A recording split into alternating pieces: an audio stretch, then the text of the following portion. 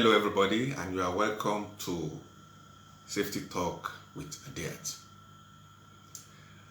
In the Safety Talk with Adiat today, we will be looking at a very important topic, swimming pool safety and how to prevent drowning. Swimming pool safety and how to prevent drowning. Swimming pool, swimming.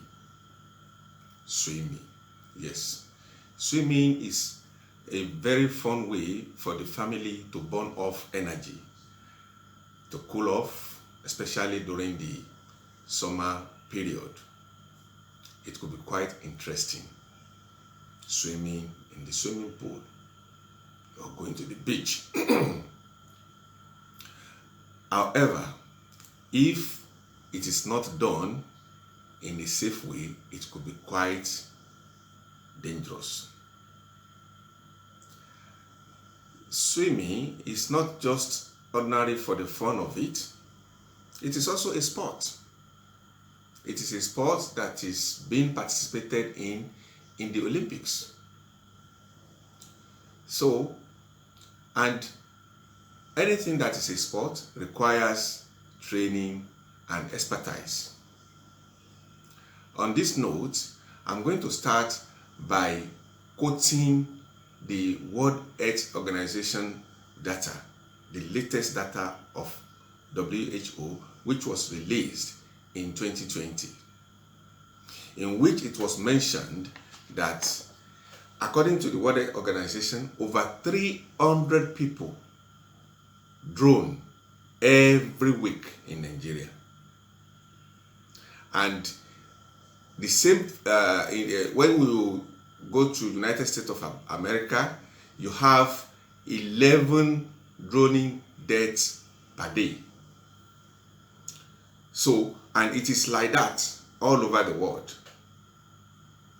whereby you have cases of people getting drowned. So it is recorded from country by country. So America is not number one, Nigeria is not number one, India is not number one. From what I just pinned down here, Guyana is the top country that has the most deaths from drowning, followed by Micronesia, and the third is Solomon Island. So, and another thing I want us to know is that when I'm quoting this figure, I am not trying to make you unnecessarily afraid. These are hard data from World Health Organization. In fact, according to the latest World Health Organization data published in 2020, drowning death in Nigeria reached 6,584. or 0.44% of total deaths. Then the age adjusted death rate is 2.17 per 100,000 population. So this ranks Nigeria as number 107, and America is ranked number 140. And Kuwait is ranked number 169, while India is number 51. So I'm going to pin this data. I'm going to pin it at the end of this video if you want to look at it further. Why are we interested in all these data? We need to know the accurate number of deaths that are resulting from drowning. And the understanding the truth about the extent of drowning crisis in Nigeria or any country whatsoever is crucial, to engaging the stakeholder to implement preventive strategies.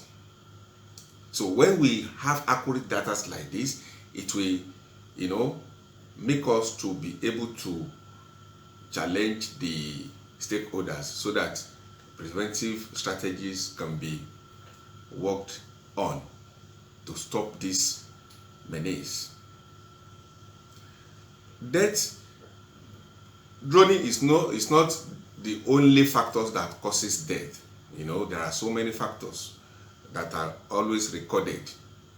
We have like tuberculosis, like malaria, road accidents, hypertension, diabetes mellitus, cancer, and so on and so forth. But the one we are looking at today is drowning and how to prevent drowning. So we are looking at the swimming pool safety and how to prevent drowning, because the major hazard that is attached to swimming or swimming pool or beaches or river or whatsoever is drowning. Having said that, before I go further, let me quickly use this opportunity to express my heartfelt condolence to David Adeleke and his wife Chioma over the demise of their son, Ifeanyichukwu, who died through drowning recently. His death has been confirmed through the autopsy by the police. And mind you, his case is not the only one. There was a case of another guy named Oladapo Daniel Oyebanjo, better known as the Banj, which happened in 2018 when he also lost his son to drowning in his swimming pool in his house in Lagos. One death too many. And as I've mentioned at the beginning, that we are having 300 people getting drowned every week in Nigeria. 300 per week are getting drowned, and that is a data from World Health Organization. I'm going to pin it at the end of this video. So what are the measures to prevent drowning? Number one, government approval. What do I mean by government approval? Before anybody can put swimming pool in his house, there must be safety measures which must be followed. So, most essentially, fencing around the swimming pool and ensuring that somebody signed to be responsible for water watcher. Okay, so that is very paramount, and the government should enact laws to protect the life of the people in this matter. Now, another very important point is that, which I consider the second most important factor, is that you must learn how to swim. When you have a swimming pool, or you are going into beaches, or you like going into the river or whatever, learn how to swim. Don't move near the swimming pool. Don't attempt to swim until you learn how to swim. I'm going to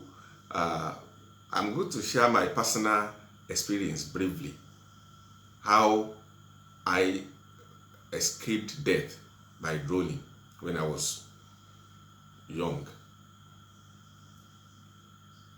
So, and another point after learning how to swim is to ensure that you put pool cover, door alarm, and pool alarm.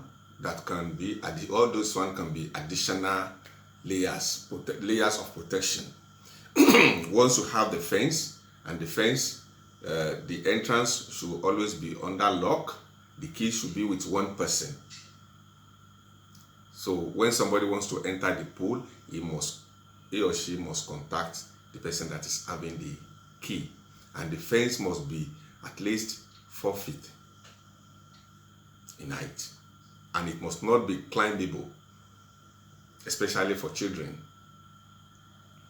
So then life jacket, this life jacket which are like approved one, maybe US Coast Guide approved life jacket, must be available in the swimming pool for whoever wants to swim, or whoever wants to learn how to swim, to use the life jacket.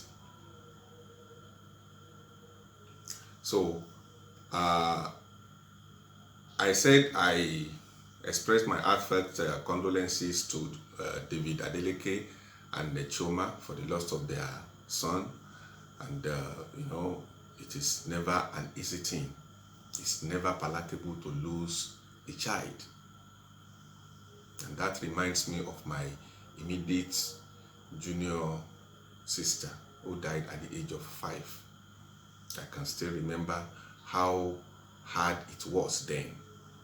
My mother wept so bitterly, my father was so sad. In fact, it is not easy. The memory lives on. The sad thing about such incident is that, you know, each time you can never forget, but we have to accept. What can we do? Once it has happened, it has happened. So we have to accept.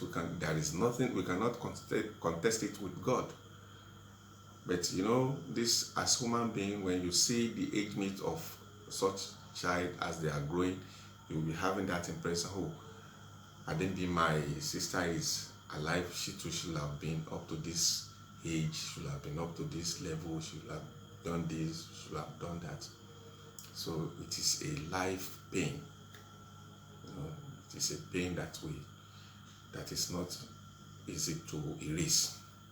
So may God always protect us and our children from untimely death.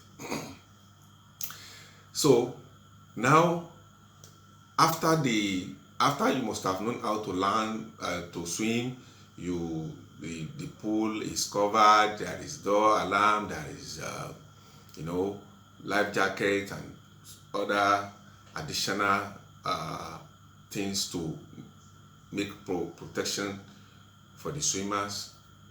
The next is never swim alone. Whenever you want to swim, there must be a water watcher. If it is in a public swimming pool or beaches or whatever, there is always life guide. Life guide are professionals, you know, they have the training and the experience and the knowledge about CPR, about first aid, and so they can save life. They can protect people from drowning and, you know, other safety measures. Okay, so that is about the not swimming alone. And another thing is that if the life watch is there, if it is a home pool, and the life watch is there, the life watch must not be distracted with anything. He must be doing that job alone, watching over the swimmers. He must not be using his phone. There must be no side talk, no gossiping. He or she must not engage in any other activity apart from watching over the swimmer.